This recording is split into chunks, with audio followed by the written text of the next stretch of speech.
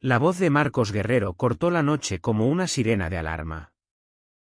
El parque infantil está cerrado después del toque de queda. ¿Eso es allanamiento?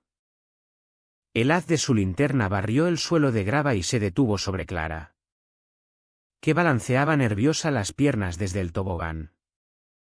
El mismo tobogán que mi esposa Ana había conseguido con firmas y lágrimas durante su quimioterapia. El mismo parque que nació del dolor y del amor.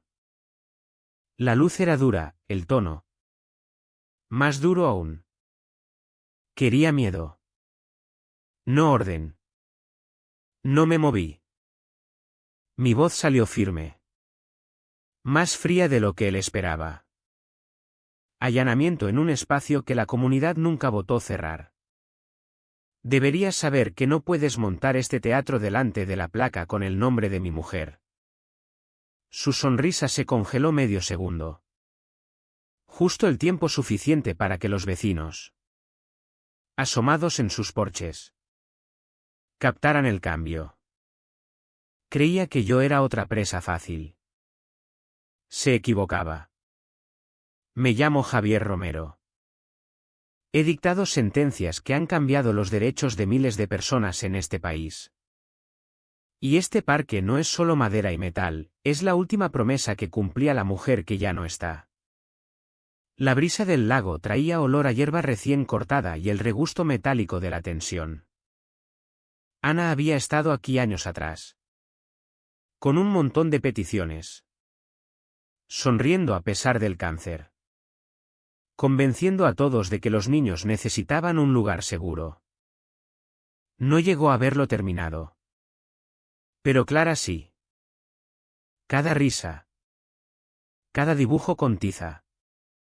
Cada rodilla raspada llevaba su huella. Y aquella noche Marcos lo estaba pisoteando todo. Clara bajó del tobogán. Con los ojos muy abiertos y las manos temblando. Papá, susurró. Y la voz se le quebró como las cadenas del columpio. Le puse la mano en el hombro y sentí el miedo que intentaba ocultar. No se trataba solo de multas ni de normas. Se trataba de un hombre que creía poder arrebatarle la dignidad a una niña en el lugar que su madre había construido para ella. Y por eso no iba a ceder. Nunca. Los vecinos seguían allí. Fingiendo regar setos o mirar el móvil. El silencio pesaba más que las palabras. Todos sabían que Marcos llevaba meses exhibiendo su supuesto poder. Repartiendo avisos como si fueran veredictos. Pero nadie hablaba. Todavía. Bajé la voz. Tranquila pero afilada como una navaja. Has elegido el parque equivocado para convertirlo en tu escenario. Marcos levantó la barbilla. Ufano. Pensando que mi calma era debilidad. No lo era. Era cálculo. Ya sentía el peso de la ley de propiedad horizontal detrás de mí. Callada pero esperando. ¿Desde dónde me estás viendo? Porque en ese instante. ¿Junto al lago? Parecía que todo el barrio contenía la respiración. Y mientras Clara se apretaba más contra mi brazo. Supe algo que Marcos aún no había entendido. Acababa de declarar la guerra al único vecino que tenía tanto poder como ganas de desmontarlo pieza a pieza. Solo que todavía no sabía cuánto iba a lamentarlo. Lo dejé marchar aquella noche.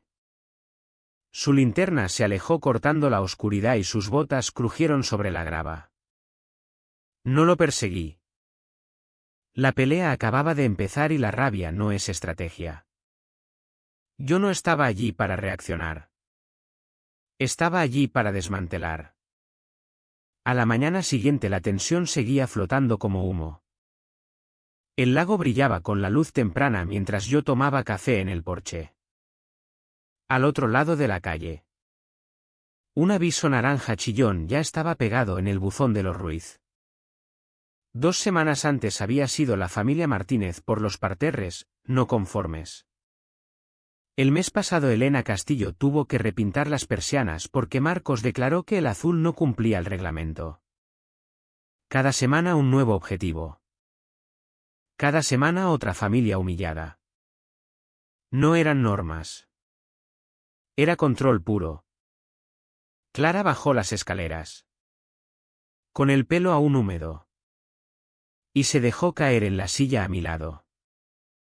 Intentaba actuar como si nada. Pero sus dedos tamborileaban inquietos. ¿De verdad pueden impedirme ir al parque? Su pregunta pesaba más de lo que ella imaginaba. Para ella eran columpios. Para mí eran recuerdos y ley. No. Cariño, respondí en voz baja. No pueden. No legalmente. No aquí. Todavía no me creía del todo. Y quizá los vecinos tampoco. Pero lo harían. Aquella tarde caminé por la urbanización. Quería ver las grietas con mis propios ojos, el miedo detrás de los setos perfectos y los coches relucientes. Me detuve en casa de Tomás Ruiz. Estaba rígido junto al buzón, mirando el aviso que Marcos le había clavado. Lo arrancó con manos temblorosas. Dice que el buzón está 2 centímetros más alto de lo permitido. 2 centímetros. Lo medí yo mismo cuando nos mudamos. Su mujer observaba desde la puerta. Brazos cruzados. Callada. El miedo se lleva mejor en silencio. Asentí. No van solo a por ti. Mi tono fue suficiente para que Tomás me mirara a los ojos. Allí estaba el destello de reconocimiento. Todos habían visto la sonrisa soberbia de Marcos. Al caer la tarde había dado la vuelta completa. Historias salían solas, un aro de baloncesto desmontado. Un soporte de kayaks declarado peligroso.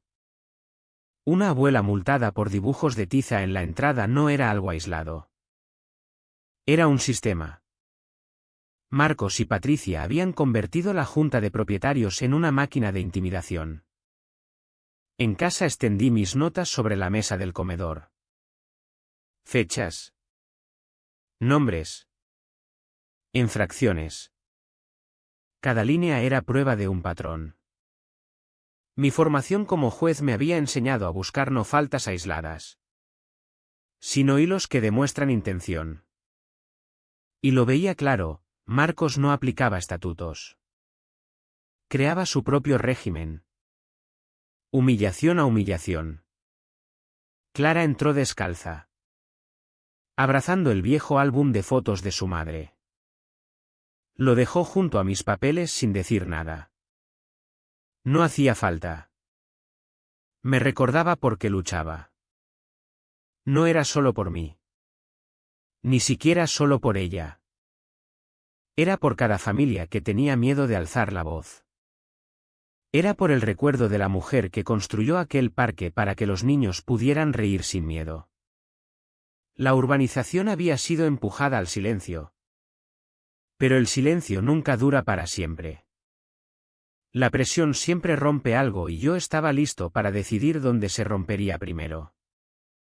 Cuando miré por la ventana, la furgoneta de Marcos estaba parada 2 calles más abajo. Faros barriendo los jardines como si fueran suyos. Creía que el miedo era su arma más fuerte. Aún no había conocido la mía. A la mañana siguiente fui al despacho de la comunidad. Escondido en una esquina del salón social. Olía a cloro de la piscina de al lado. Las paredes estaban llenas de normas enmarcadas. Letras grandes.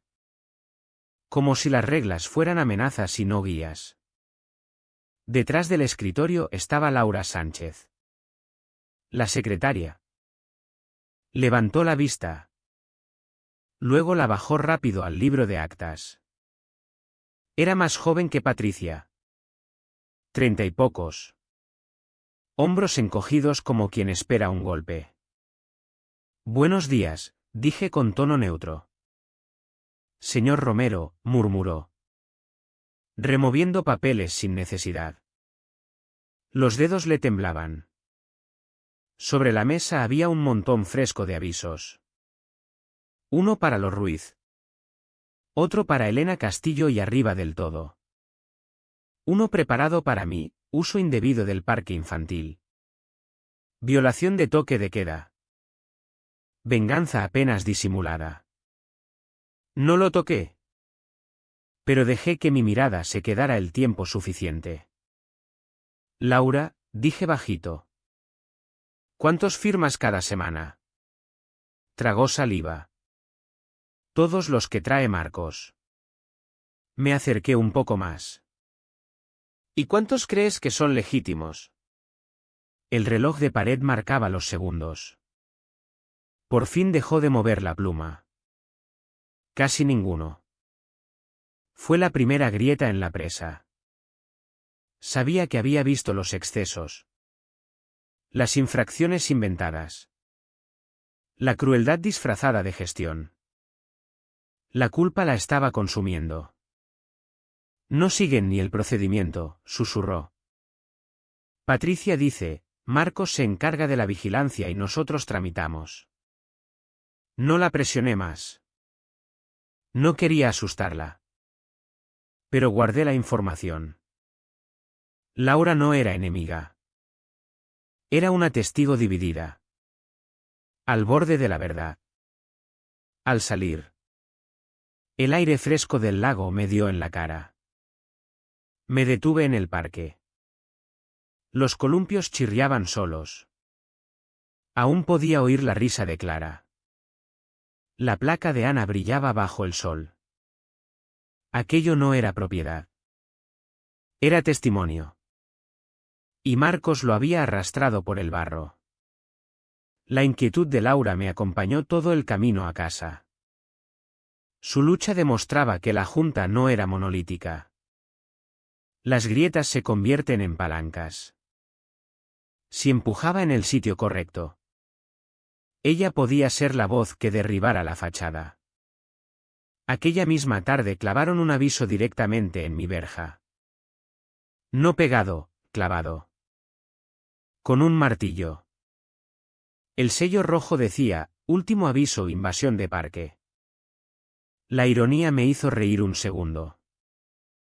Esto ya no era torpeza. Era escalada. Lo arranqué y fui directo a la piscina donde la junta se reunía los sábados por la mañana. Vecinos con cafés. Niños en bici, público perfecto. Patricia Navarro estaba de pie junto a Marcos.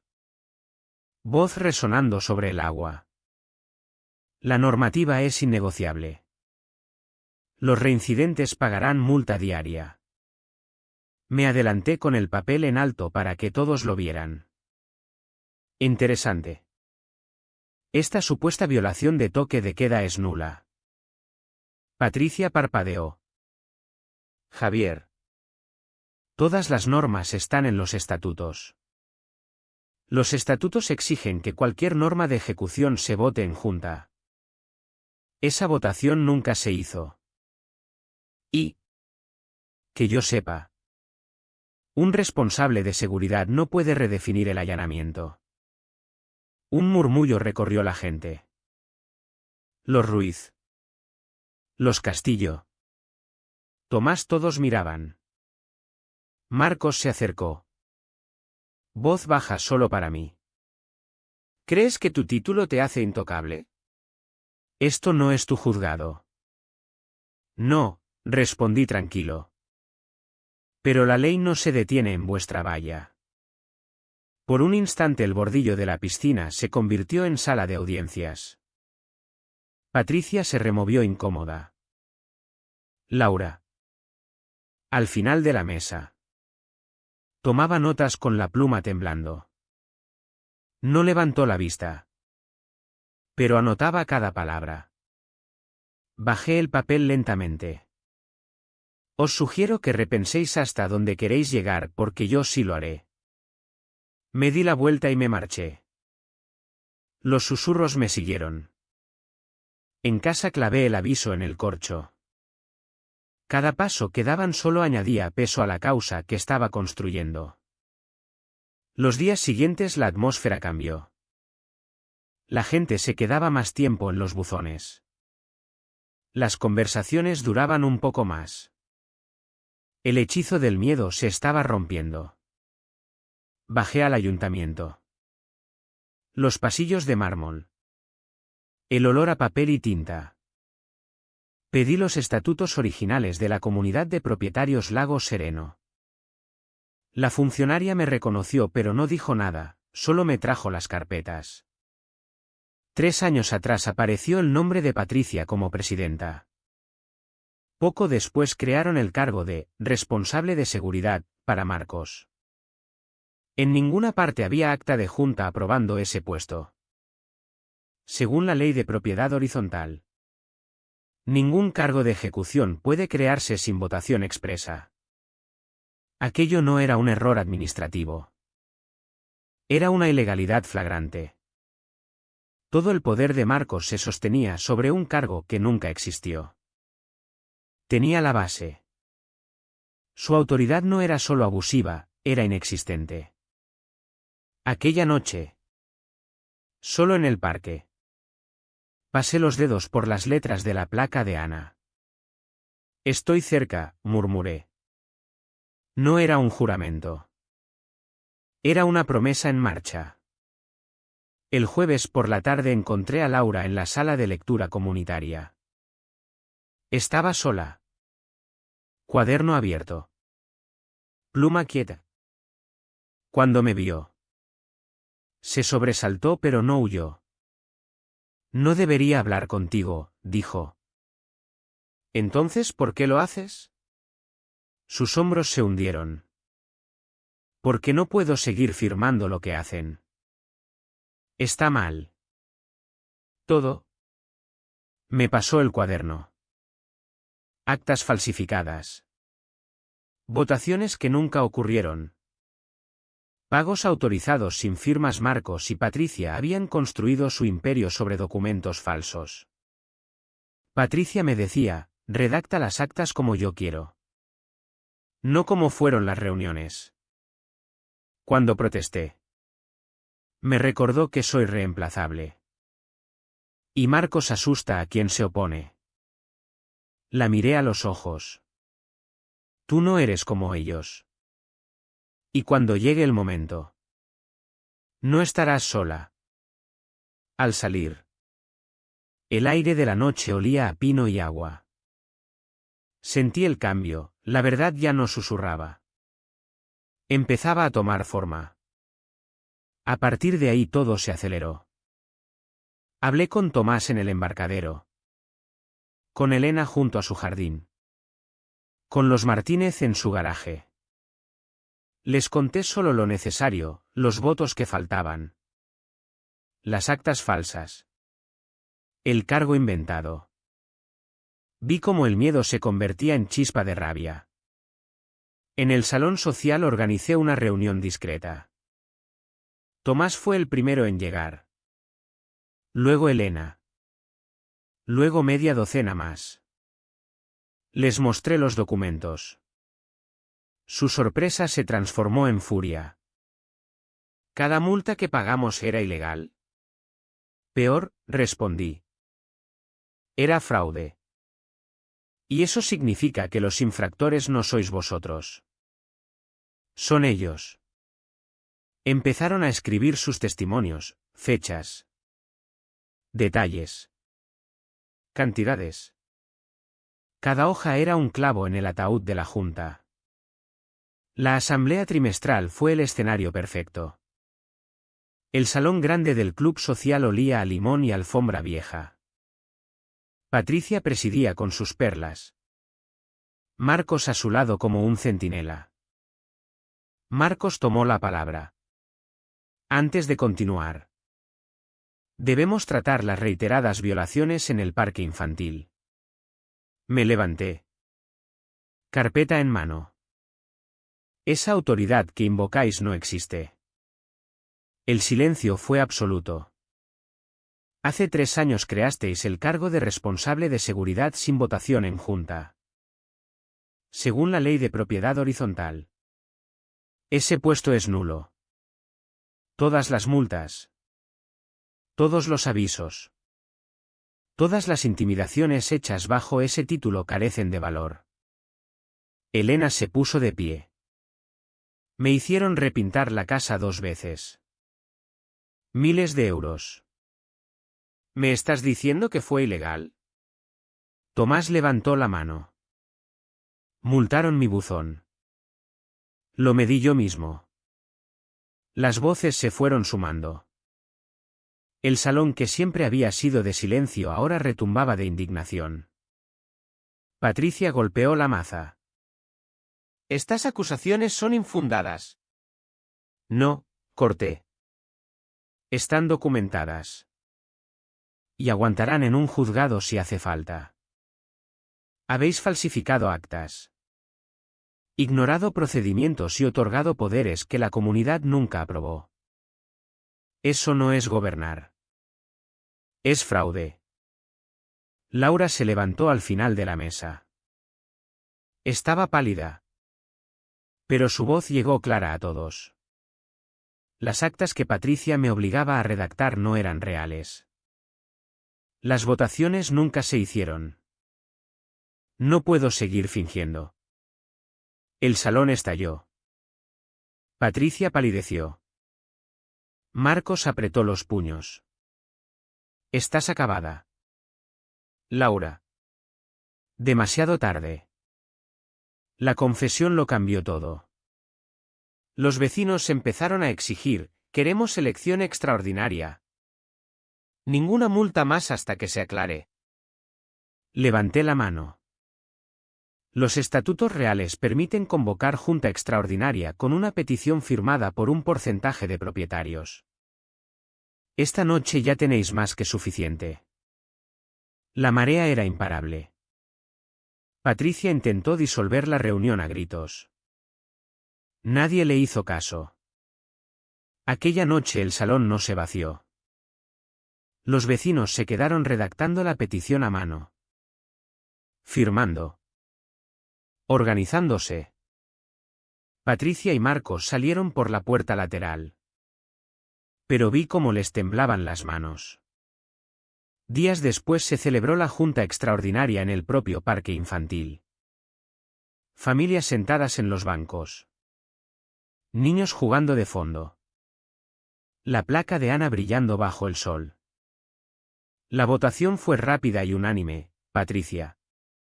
Marcos y todos los que los habían apoyado fueron destituidos. Marcos se marchó aquella misma noche. Su furgoneta desapareció para siempre. Patricia se fue en silencio. Sin perlas ni poder. La nueva junta la eligió la gente en votación abierta. Vecinos normales que hablaban de justicia y confianza. Cuando todo terminó, Clara se sentó en el columpio, balanceando las piernas suavemente. El cuaderno de dibujo en el regazo. Me miró con los ojos más brillantes que en semanas. Vuelve a ser nuestro. Asentí. Mirando la placa de Ana. Su nombre brillaba sin sombras. Su legado había resistido. Y Clara lo llevaría adelante. Al atardecer, la urbanización organizó una merienda improvisada junto al lago. Vecinos que no se hablaban desde hacía meses compartían comida y risas. Tomás levantó su vaso. Por Javier Romero, que nos recordó que la ley es nuestra, no de los tiranos. El aplauso resonó. No era por mí. Era por ellos, que habían recuperado su hogar. El parque volvía a ser de los niños. El miedo se había ido. Y en su lugar había algo mucho más fuerte, dignidad recuperada. Seguridad y memoria viva. Aquella noche, mientras el lago reflejaba las luces de las casas, Supe que la pelea nunca había sido solo por un parque. Había sido por la dignidad de todos. Y la habíamos ganado.